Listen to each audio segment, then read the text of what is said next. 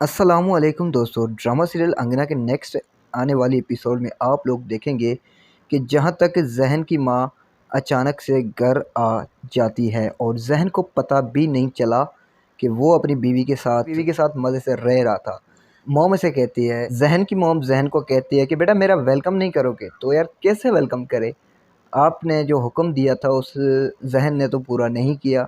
वो हुक्म ये था कि भाई जहन को कहा गया था कि अपनी बीवी को जो ना अपने घर छोड़कर आओ जब तक मैं नहीं हूँ यहाँ पर।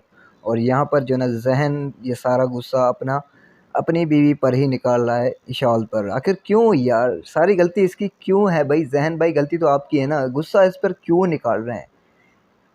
शेम यू यार जहीन, तेरा जहन जो ना काम नहीं कर रहा। और इधर नायाब का अब्बू जो ना रज़ा भाई को चेक देता है और बस अब समझो काम यूं ही हो गया कि ये शादी भी नहीं हो सकी मेरे ख्याल में। हमें तो नहीं लगता ये रज़ा भाई भी शादी करेगा नायाब से या नहीं।